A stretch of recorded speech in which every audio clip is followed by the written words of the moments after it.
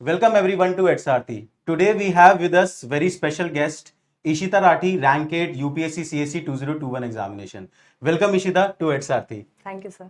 So in this video थोड़ा brief देता हूँ मैं आपको what we are planning, what we are going to discuss with Ishita in today's video. देखिए हर topper का एक ह्यूमन साइड होता है ना। हम हमेशा सोचते हैं कि टॉपर कोई सुपर ह्यूमन होगा जो कि आसानी से एग्जाम क्लियर कर गया। तो वो जो ह्यूमन साइड है टॉपर का, क्या चैलेंजेस ईशिता ने फेस किए इस प्रिपरेशन में and how does she overcome all those challenges that we are going to discuss. थोड़ा प्रोफाइल के बारे में ब्रीफली बता देता हूं मैं। Ishita has done economics, graduation in economics in 2017 from Lady Shri Ram college. Then she done her masters in the economics stream itself in 2019. In 2019 itself, she appeared for the first time in the prelims examination, which she could not clear. And then 2020 was her second attempt, in which she reached to the interview stage. And in 2021, finally, she got rank 8. So CSAT I would like to discuss कि CSAT में अभी even I tell you Ushita कि 2022 का CSAT और भी tough है in contrast to 2021 the exam which you have clear. 2022 का एग्जाम और भी ज्यादा मुश्किल आया है। So how should we deal with the CSAT, है ना। जो हमने अभी ऑब्जर्व किया है, हम एचआरटी की टीम ने एनालाइज किया कि अब CSAT को ऐसे नहीं कर सकते कि आप बस जाके दे आए दो चार पेपर सॉल्व करके, है ना। So what should be done in that context? Sir I think अपनी स्ट्रेंथ्स और वीकनेसेस को समझना बहुत ज़रूरी है।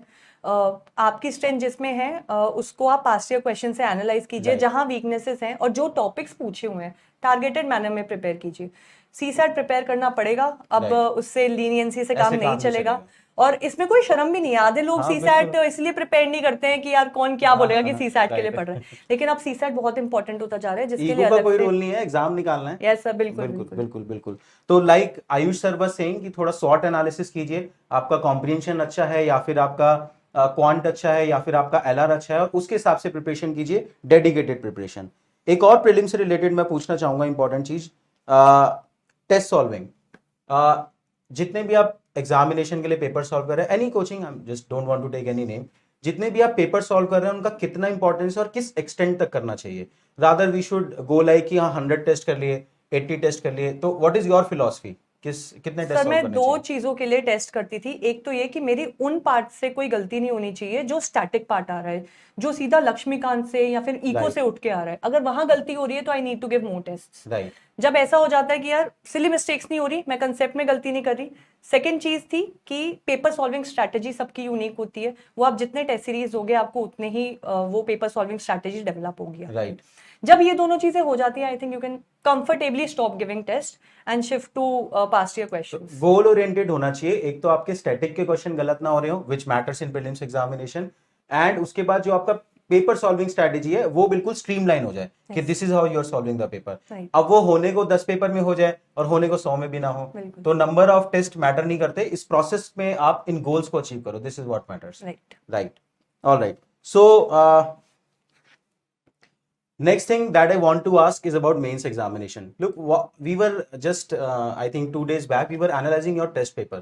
The most wonderful thing which I find out in your answer writing is that you were writing very crisp point with examples in each and every point. You were not explaining yourself like the mistake which we do कि long sentences लिख देते हैं। तो बहुत crisp था वो, और उसमें हर किसी में एक एग्जाम्पल था। तो how did you manage that? कोई नोट्स आपने प्रिपेयर किए क्या हर टॉपिक के, है ना? और वो उतना क्रिस्प मैनर में क्या पहली बार से ही लिखना शुरू कर दिया? So how did that journey go out for you? Sir notes मैंने प्रिपेयर किए थे, थीम वाइज जो भी जितने भी थीम्स यूपीएससी के सिलेबस में है उनके पास मेरे नोट्स थे, उनको मैं अपडेट भी करते रहती थी। अगर कोई मुझे अच्छी चीज न्यूज़पेपर या किसी टेस्ट सीरीज के आंसर से ही मिल जाती है तो या फिर इवैल्यूएशन में मिल जाती है। दूसरी चीज, मैंने बहुत बहुत बहुत सारे पेपर्स लिखे थे।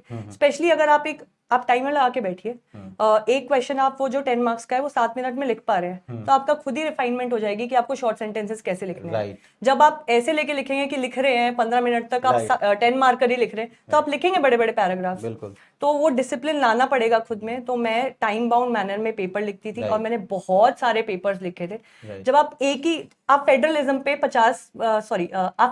पे अगर 10 क्वेश्चंस लिख रहे हो और एक क्वेश्चन आ जाता है तो आप अपने आप कंसाइज लिखना सीख जाओगे, अपने आप एग्जांपल्स उसमें आएंगे। तो I think practice, test series का सबसे ज्यादा इंपॉर्टेंस आता है मेंस के टाइम पे। आप जितना लिखोगे उतना बेटर है। बिल्कुल बिल्कुल, मेंस एग्जामिनेशन में जितना ज्यादा आप लिखेंगे उतना ज्यादा बेटर है। And how does live answer writing session help you in that regard? Sir live answer sessions काफी यूजफुल थे, स्पेशली वो जो मैं आपको बता रही हूँ कि जब आप बोलते थे कि okay start winding up, okay now the next mental question, clock set हो जाता है उससे मेंटल क्लॉक सेट हो जाता कि है 7 उससे। मिनट हो गए, अब हमें इसे वाइंड अप करना है और आगे बढ़ना है। Yes sir. और कुछ ऑफ बीट जो टॉपिक्स होते हैं जैसे आर्ट एंड कल्चर हो गया, Right. उसमें मैं सिर्फ एक दिन पहले लॉज आपने जो लिखवाए थे ना, शायद आपने 2 सेशन लिए थे, एक सेशन लिया था, Right. सिर्फ मैं वही करके गई थी, उनमें से एक क्वेश्चन आ गया। अच्छा, oh, तो great, great, क्योंकि आर्ट एंड कल्चर ऐसा एरिया है जहाँ से कुछ थीम्स ही हैं वो यूपीएससी पकड़ती है, तो उसके लिए ज्यादा पढ़ना भी नहीं होता, तो बिल्कुल। ऐसे भी laws so important I think answer writing के लिए the most important thing she said is कि टाइम लिमिट में आंसर राइटिंग करो, है ना। इस पॉइंट को थोड़ा एलैबोरेट करना चाहूंगा मैं। What people fail to understand is कि अगर आप 15 मिनट में 20 मिनट में अगर आंसर लिख रहे हो तो उसको आप कितना भी एफर्ट मार लो, आप 7 मिनट में कंप्रेस नहीं कर सकते। Maybe in the very beginning while there were एक्सपेरिंग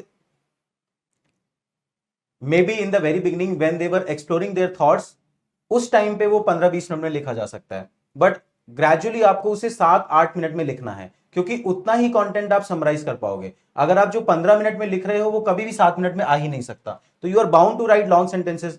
तो time bound answer writing is UPSC answer writing. मैं काफी बार ये चीज बोलता हूं कि कोरा पे आंसर लिखना, कोरा पे ब्लॉग लिखना, that is all together a different thing. UPSC का डिमांड बहुत डिफरेंट है और उसी तरीके से उसे एग्जीक्यूट कीजिए, ठीक है।